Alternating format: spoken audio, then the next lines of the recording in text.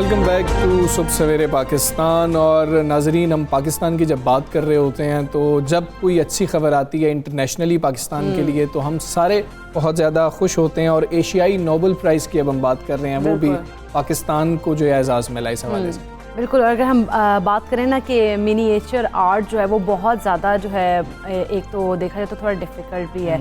और मिनिएचर अगर हम आर्ट की बात करें वो तो डिफ़िकल्ट है ही इटसेल्फ, लेकिन उसके साथ साथ जो वो उसकी अगर चीज़ें बनाने की बात आए तो वो और भी ज़्यादा मतलब मुश्किल हो जाता है। हम लोग कहते हैं इन दोनों चीज़ों के ऊपर हमने बात करनी है, मिनिएचर आर्ट के ऊपर भी बात करनी है और उस एशियाई नोबेल प्राइज़ के ऊपर भी बात करनी है। और ये अवार्ड अब पाकिस्तान के नाम आया है साल 2021 में। बरे-आज़म एशिया का सबसे बड़ा अवार्ड पाकिस्तान की मारूफ समाजी शख्सियत अखुवत फाउंडेशन के बानी डॉक्टर अमजद साकिब को पेश किया गया है। और उन्होंने आगे से ये कहा है कि ये मेरा नहीं है, ये तमाम पाकिस्तानियों का अवार्ड है और पाकिस्तानी जो हैं इसके मुस्तहिक हैं, इसके हकदार हैं और पाकिस्तान के लिए हम सबको मिलकर काम कर रहे हैं। बिल्कुल, ये बहुत ज़बरदस्त बात है कि हमें पाकिस्तान के लिए अगर काम करना है तो हम सबको मिलकर इस मुल्क के लिए, इस पाक से ज़मीन के लिए काम करना होगा। अमजद साकिब साहब हमारे साथ मौजूद हैं, उनको शामिल गुफ्तगू करते हैं। सबसे पहले तो अमजद साकिब साहब, आप ज़्यादा मुबारक हो, आपकी खिदमात का एतराफ़ इस वक्त पूरी दुनिया कर रही है और आपको इस एजाज़ से नवाजा गया। कैसा आप फील कर रहे हैं और आपने वैसे पहले ही कौम को डेडिकेट कर दिया ये? सबसे पहले तो मैं अल्लाह ताला का शुक्र अदा करता हूँ कि हमसे ये काम लिया अल्लाह ताला ने और फिर उस काम को करने की तौफीक अता फरमाई, फिर उसका इनाम भी दिया। तो इनाम ये मेरा नहीं है, इनाम तो पूरे पाकिस्तान का है, उन लोगों का है जिन्होंने अखुवत के साथ काम किया, अखुवत से कर्जा लेके वापस किया। तो we very humbly dedicate this honour to the nation of Pakistan, जिसकी वजह से हम आज सर फख्र करके जिंदा रहे। बिल्कुल। अमजद साकिब साहब, जिस तरह से हमें पता है कि आप सिविल सर्वेंट भी रह चुके हैं, तो सिविल सर्वेंट रहते हुए इतना ज़बरदस्त करियर एक तरफ आपने रख दिया और फिर आपने समाजी खिदमत स्टार्ट कर दी, ये ख्याल कैसे आपको आया? सिविल सर्विस के अपने फ़वाइद हैं, अपनी अहमियत है, वहाँ रहकर भी बहुत सी समाजी खिदमत होती है। तो असल सवाल इस चीज़ का है कि आपको जो खुदा ने सलाहियत दी वो आप बेहतरीन किस जगह पर इस्तेमाल कर सकते हैं। तो अगर आपका मिजाज एक तरीक़ाकार के मुताबिक, रूल्स रेगुलेशंस के मुताबिक और एक स्ट्रॉन्ग डिसिप्लिन्ड स्ट्रेट जैकेट के अंदर रहकर काम करने के आदी हैं तो फिर सिविल सर्विस अच्छी है। लेकिन अगर आपको innovation, flexibility, quick decision making, efficiency, इस तरह की चीज़ें अच्छी लगती हैं तो फिर आपको कहीं और काम करना चाहिए। तो यही एक अहम फैसला है जो हर नौजवान को करना चाहिए कि आउटसाइड ग्लैमर की वजह से सिविल सर्विस को ज्वाइन करना मुनासिब नहीं है। देखना ये चाहिए कि क्या मेरी सलाहियत इसके मुताबिक है या नहीं। तो मुझे कोई किसी किस्म का रिग्रेट नहीं है, बल्कि मैं तो खुश हूँ और अल्लाह ताला का शुक्रगुजार हूँ कि मुझे ऐसे मैदान में काम करने का मौका मिला जो मेरे तबीयत के और मेरी सोच के ऐन मुताबिक था और फिर उसमें अल्लाह ताला ने कामयाबी भी अता फरमाई। आप बड़ा बेहतरीन काम कर रहे हैं और लोग आपको रोल मॉडल भी समझते हैं, आपको फॉलो भी करना चाहते हैं। तो जो लोग आपकी तरह समाजी खिदमत करना चाहते हैं और आपकी तरह या आपके साथ मुंसलिक होना चाहते हैं, उनको आप क्या मशवरा देंगे? काम तो मैं क्या दूँगा, हर शख्स को समाजी खिदमत के लिए खुद को आमादा करना चाहिए। समाजी खिदमत क्या है? किसी एक शख्स की मदद करना, किसी एक शख्स को रास्ता दिखाना, किसी एक शख्स को पानी पिलाना, किसी एक शख्स को अगर भूखा है तो उसको खाना खिला देना, तो यही समाज की खिदमत है ना। तो हर आदमी ये काम करता है, हर आदमी को ये काम करना चाहिए, लेकिन उसको चंद चीज़ों का ख्याल रखना चाहिए। वो ये है कि समाजी खिदमत किसी लालच के तहत नहीं होनी चाहिए, ना दौलत का, ना इक़्तिदार का, ना ताकत का, ना शोहरत का। ये जो अगर नशा है और इसके लिए खिदमत की जाती है तो फिर तो वो एक रायगा अमल होगा। अल्लाह ताला के लिए काम किया जाता है जो समाज की खिदमत का है, तो उसका फल भी अल्लाह ताला से मांगना चाहिए। तो एक तो मेरी ये दरख्वास्त है कि समाजी खिदमत के लिए कोई किसी किस्म की कोई हिरस, लालच या तमा नहीं होनी चाहिए। दूसरी बात यह कि समाजी खिदमत जो है ये किसी मखसूस फ़िरका या मज़हब या किसी इलाका या किसी ज़ात या बरादरी के लिए नहीं होती। आप देखें एक जो दरिया है वो हर शख्स को पानी देता है, सही। कभी नहीं पूछता कि तुम हिंदू हो, मुसलमान हो, ईसाई हो या क्या हो। कोई दरख्त है, उसके साए में कोई भी बैठ सकता है, खा वो किसी भी जात, बरादरी, मजहब से हो। तो समाजी खिदमत के भी यही असूल हैं। एक डॉक्टर जो है वो कभी नहीं पूछता अपने मरीज से कि भाई तुम पहले मुझे बताओ कि तुम्हारा मजहब क्या है, फिर मैं इलाज करूंगा। तो समाजी खिदमत मसीहाई है, ये लोगों के जख्मों पर रहम रखने का काम है। तो जो शख्स समाजी खिदमत करता है उसको हर किस्म के तासब से बुलंद होना पड़ेगा। उसको किसी तरह की जात बरादरी के बंधन में खुद को कैद नहीं करना चाहिए। तो ये चंद असूल हैं। और उसके बाद फिर नेकी कर दरिया में डाल, इसका सिला तो नहीं मांगना चाहिए, सिला तो अल्लाह ताला के पास। अमजद साकिब साहब, यकीनन आप बड़ा ज़बरदस्त काम कर रहे हैं। अगर हम बात करें क़ुव्वत के बिलासूद कर्ज़ों की, तो जो उसका मॉडल है बड़ा ज़बरदस्त है। अगर हम पाकिस्तानी मईशत के लेके बात करें तो उसको अगर हम बात करें कर्ज़ों से हम किस तरह से निजात हासिल कर सकते हैं इस मॉडल के थ्रू? क़ुव्वत का जो बिलासूद कर्ज़ों का मॉडल है ये निचली सतह पे काम करता है। ये उन लोगों को कर्जे हम देते हैं जो छोटा छोटा कारोबार करना चाहते हैं। मईशत एक बड़ा नाम है, इक्तिसादी तरक्की एक बड़ा वसी मौजू है। उसमें ये छोटे कर्जे एक अहम किरदार तो अदा कर सकते हैं, लेकिन सिर्फ इन्हीं की बुनियाद पर बिलासूद बैंकारी का एक मुकम्मल निज़ाम नहीं बनाया जा सकता।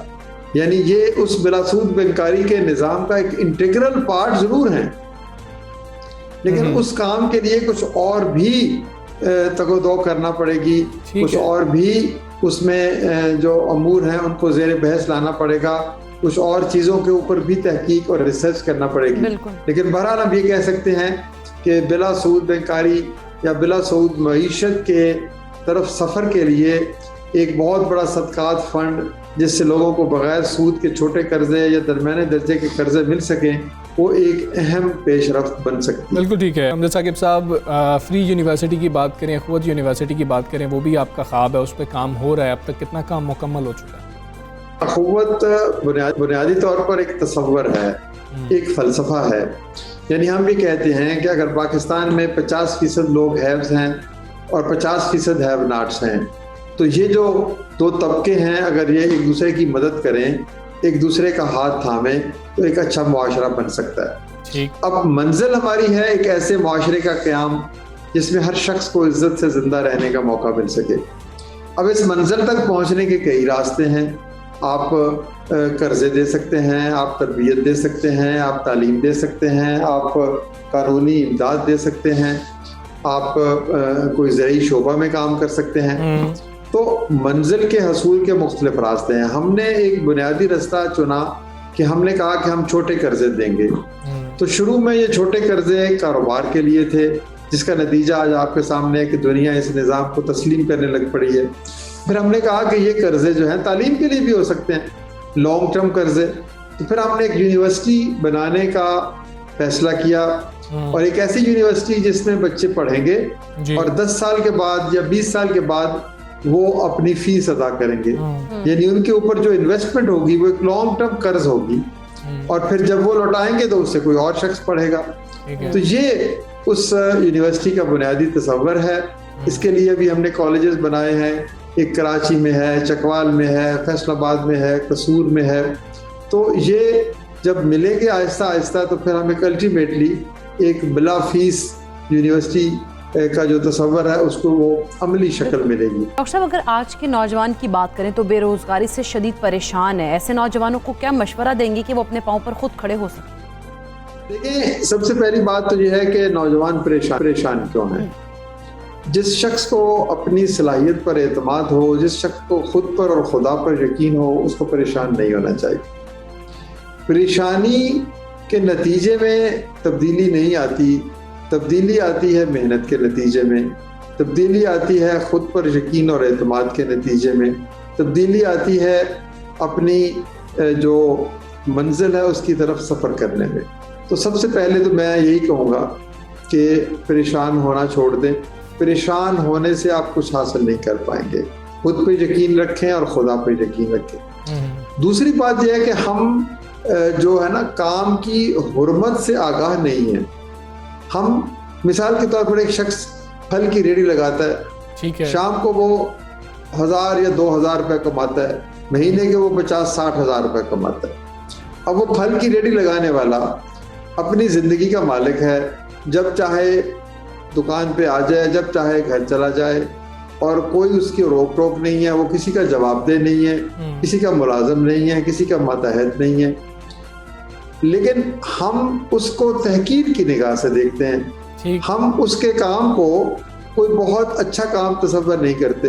हम 15 या 20 हजार रुपए की तनख्वाह लेकर किसी शख्स के मतहत काम करने को तरजीह देते हैं, लेकिन ये जो एंटरप्रेन्योरियल जर्नी है, ये जो कारोबार का तरीका है, इसकी तरफ हम नहीं जाते।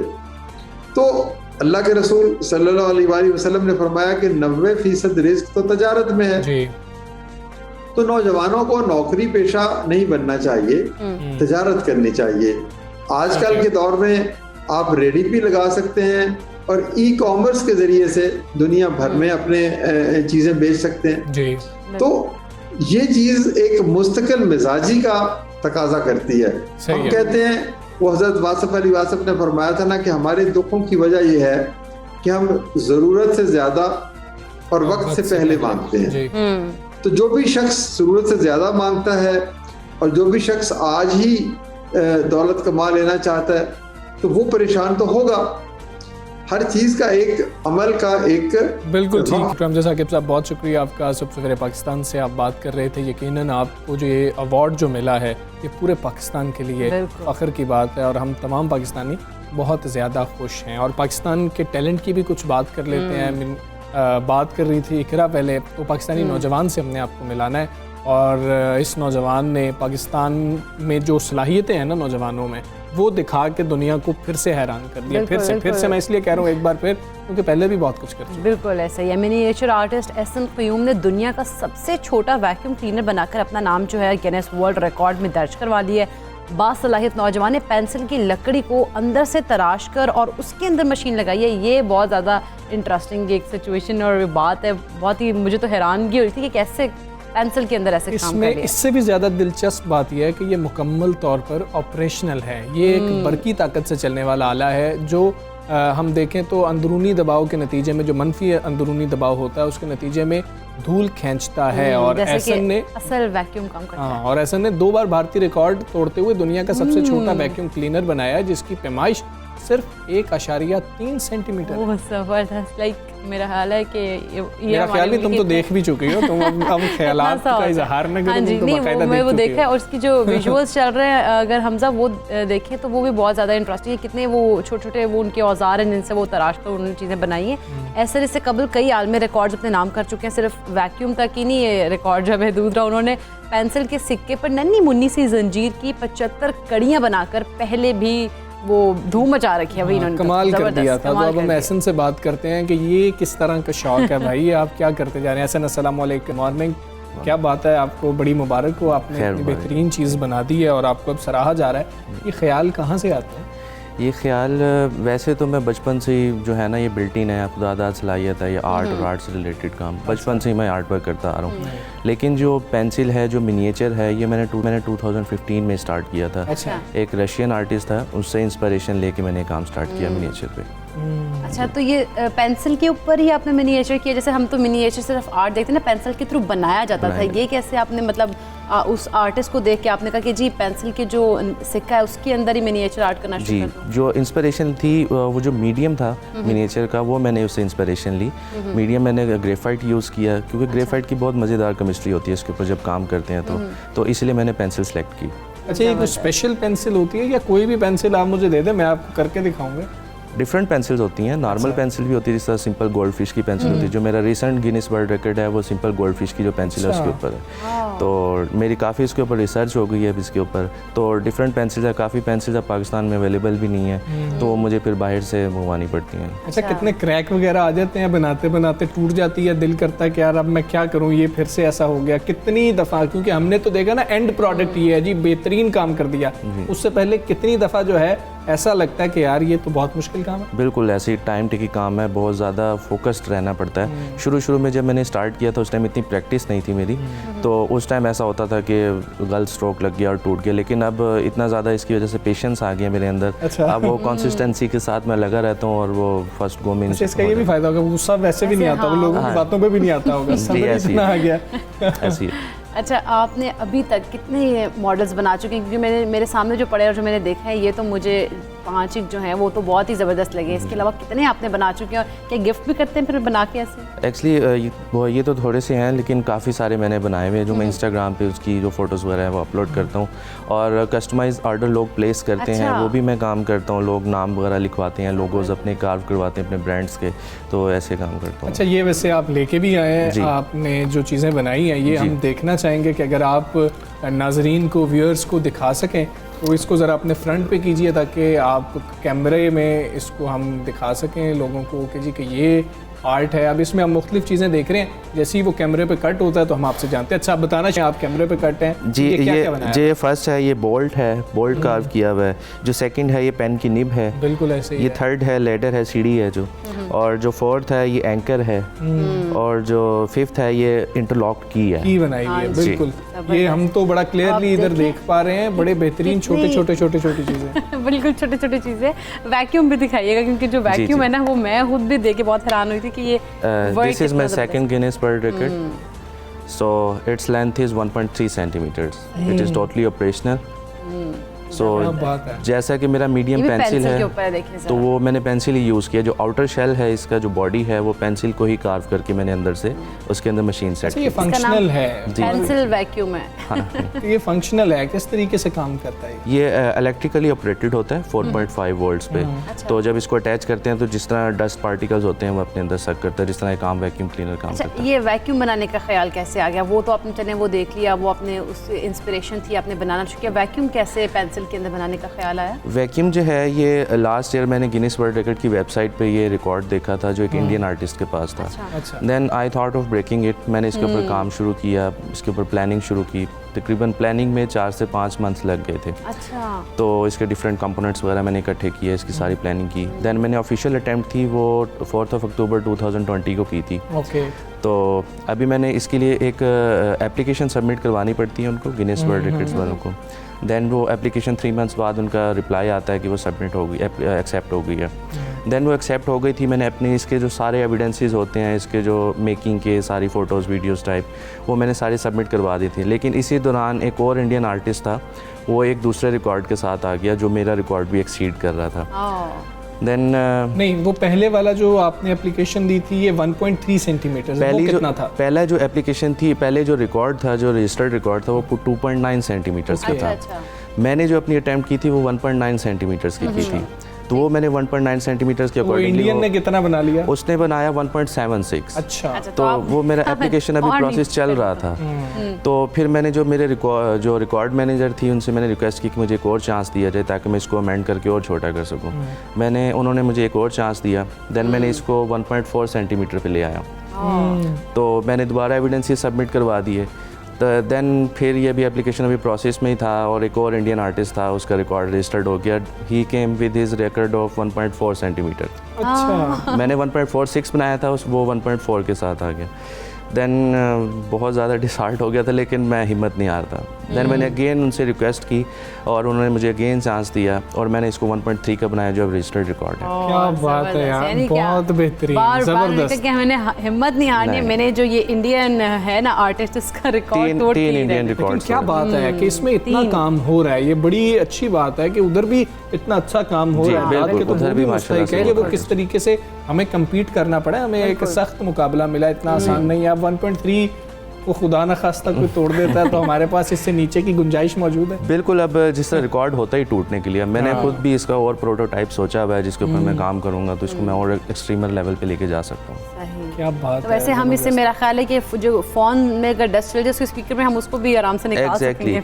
ये एक प्रोटोटाइप है। इसको अगर मेटिकली इसको बनाए, अगर मेटल का हम बनाएं तो ये काम भी कर सकता है। पीसीबी बोर्ड्स की रिपेयरिंग होती है, उसमें बारीक बारीक कंपोनेंट्स होते हैं, जब वो सोल्डरिंग होती है तो उसको सक करने के लिए यूज़ हो सकता है। तो अभी कोई दोस्त भी आपके साथ था या इतनी वायर इलेक्ट्रिक का काम आप इतना कर लेते हैं कि ये मैं खुद से ही अंदर मैंने जोड़ लिया? नहीं, ये सारा कुछ मैं खुद करता हूँ। बचपन से इस तरफ रुझान है मेरा, बचपन इन्हीं चीज़ों में गुजरा है कि पता बच्चे लगा जी फ्रिज खोल लिया, टीवी खोल लिया बचपन में, बच्चे अम्मा तंग है कि ये तुम क्या किए जा रहे हो? नहीं तंग नहीं हुई। अच्छा। वो उन्होंने हमेशा इनकरेज किया, जो मुझे आज तक यहाँ चीज़ लेके आई है, ये उन्हीं की सपोर्ट है। अच्छा, वैसे छोटे बच्चे टेप रिकॉर्डर खोल लेते थे, कैसेट्स को खोल लेते, उस वक्त यही चीजें होती थी ना, तो ये फिर क्या उसको किया, बंद खराब कर करना, लिया, ये ये किया, एक पूरा काम होता है। हाँ। तो ये सारा आपने मतलब कि किया है। बिल्कुल ऐसे ही किया। बच्चे का होता है ना खिलौनों से खेलते हैं, मैं खिलौनों खेल के उनकी मशीनरी से खेलता था। तो बाकी लड़ते नहीं थे जिनकी मशीनरी अपने से तो नहीं करते होंगे, बाकियों की खराब करते होंगे। ऐसे ही। अच्छा, इसके बाद ये तो आपने हमें बता दिया जी। और भी कुछ रिकॉर्ड्स देख रखे हैं कि अब मैंने ये तोड़ने हैं। बिल्कुल मेरे हैं रिकॉर्ड फर्दर। अगर नहीं बता सकते तो कोई बात नहीं। मैं वैसे वो सरप्राइज है, उसका जो टाइटल है वो तो सरप्राइज में रखूंगा, क्योंकि जब वो रजिस्टर्ड हो जाएगा, मैं जो है अचीवमेंट है उसको पहले सेलिब्रेट नहीं करता। जब अप्रूव हो जाएगी, जब मेरे पास आ जाएगी, फिर मैं इंशाल्लाह उसको पब्लिक जो हमारा एक्सपीरियंस है हमें करना भी नहीं चाहिए पहले सेलिब्रेट।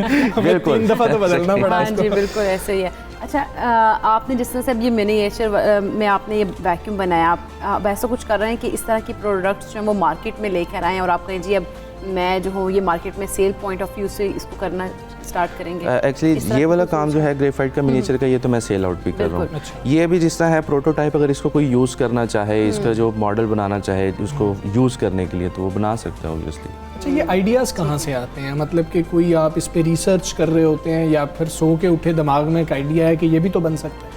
ये मेरी सारी जो रिसर्च होती है वो सारी इसी से रिलेटेड होती है। पिंटरेस्ट, इंस्टाग्राम वगैरह से इंस्पिरेशन मिलती रहती है, डिफरेंट आइडियाज़ मिलते हैं, तो फिर वो दिमाग इसी तरफ चलता रहता है मेरा। तो फिर मैं एजुकेशन के बारे में तो वैसे हमें बताया। Education, I could not complete my studies because of some family crisis. I have never been to any university for formal studies. So बस कुछ फैमिली क्राइसिस थे, but now I am by profession graphic designer, working with the renowned publishing company. So बस ये चल रहा है। अल्लाह ताला ने इतना कुछ दे दिया, किसी चीज़ की कमी नहीं महसूस क्या हो। बात है यार, क्या बात है। और ये आपने देखिए। जो इतनी मेहनत की है ना, उसके नतीजे में अल्लाह ताला ने फिर आपको मेहनत का तो फल मिलता है, तो जो मिल गया और गिनीज वर्ल्ड रिकॉर्ड चलिए, अब हम इंतजार कर रहे हैं कि एक और वर्ल्ड रिकॉर्ड बनने जा रहा है। अभी हम इसी को सेलिब्रेट कर रहे हैं। आपको फिर से एक दफ़ा मुबारक देते हैं। बहुत शुक्रिया, आप सुबह सवेरे पाकिस्तान का हिस्सा बने और ये पाकिस्तान का टैलेंट है। और वाकई क्या बात है, अगर आप देखें, अगर आप किसी भी चीज़ में अच्छे हैं, जहाँ पर आपका दिमाग चलता है, तो आपको उस चीज़ को कंटिन्यू करना चाहिए, उसको छोड़ नहीं देना चाहिए। और मुश्किल हालात के अंदर इस तरीके का जो हीरा है वही सामने आता है। और आप लोगों को भी, हम सबको भी मेहनत करनी चाहिए है। आगे बढ़ेंगे। रिलीफ मिला है, रिलीफ मिला है सबको। खैर, हुकूमत ने पेट्रोल की कीमत में 1.5 रुपए फी लीटर कमी कर दी। बिल्कुल, पेट्रोल, हाई स्पीड डीजल और मट्टी के तेल की कीमतों में 1.5 रुपए फी लीटर जो है उसके हिसाब से उन्होंने कमी की है। जबकि लाइट डीजल की अगर बात करें, ऑयल की कीमत में 1 रुपया फी लीटर की कमी की गई है। और पेट्रोलियम मसनूआत की कीमतों में मामूली कमी की गई है। और ये कहा जा रहा था कि शायद थोड़ी सी ज़्यादा होगी, फिर ये बातें चल रही थी कि जी के लेवी को बढ़ा दिया गया है, तो इसलिए उतना रिलीफ नहीं मिल सका जितना ओगरा ने कहा था। खैर, अवाम क्या सोचते हैं, 1 लीटर पेट्रोल या डीजल कितने का होना चाहिए? हमने उनकी राय जानने की कोशिश की, आपको वो सुनाते हैं। 100 से कम हो फिर मुझे कीमत बस ये हालत ख़राब है बहुत। पेट्रोल तो महंगा है, सवारी लोग भी किराए नहीं देता है, बोलता है कम करो। जिसको 100 बोलो वो भाग जाता है। हम तो ये बोलता है 60 रुपये में हो जाए सर।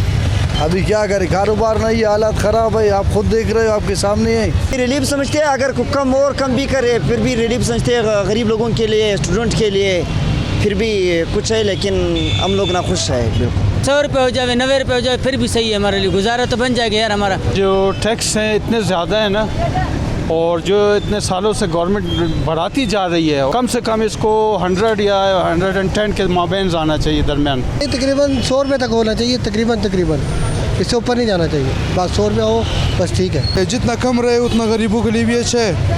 और जो गरीब आवाम है, जो मिसाल के तौर पे कोई काम वगैरह पे जाते हैं लोग, और जिनके पास मतलब मोटरसाइकिल है लेकिन वो पेट्रोल अरेंज नहीं कर सकते, उनके लिए कम से कम 100 से नीचे होना चाहिए, ऊपर नहीं होना चाहिए। अवामी राय आपने जानी है। और देखें कि ठीक है, मामूली कमी है, लेकिन फिर भी कमी है, ये इजाफा भी हो सकता था। ओगरा ने जो समरी भेजी थी उसमें ज़्यादा कमी थी, इसलिए उम्मीदें थोड़ी सी ज़्यादा थी। पर सवाल उन लोगों पे एक रहा कि जब 30 पैसे 15 पैसे बढ़ जाता है, किराए बढ़ा देते हैं, चीज़ें महंगी कर देते हैं, अब इतनी कमी के ऊपर कुछ आप कमी भी तो करें। कमी वो वैसे नहीं कमी होगी वो वैसे। नहीं होती है, वो प्रैक्टिस में हमारे शामिल ही नहीं है। जब कमी करेंगे तो फिर हमने कमी अच्छा ये 30 पैसे बड़े होते ना तो आज सब कुछ हमने कहना था कि जी कि महंगा हो बहुत गया, महंगा पता हो नहीं क्या हो गया, क्या खास नहीं तौर हो पे गया। खवातीन जब बात करें ना, अगर वो सब्जी लेने जाते हैं तो कहते हैं सब्जी बहुत महंगी हो गई है, क्योंकि पेट्रोल की कीमत बढ़ गई है, सब्जी बहुत महंगी होगी। तो वाकई घर में यही सारे हम लोग जब सस्ता होता नहीं है तो 10 दिन लगेंगे ना, इसमें 15 दिन लगेंगे। खैर हम एक ब्रेक लेते हैं, ब्रेक के बाद वापस आएंगे। Stay with us.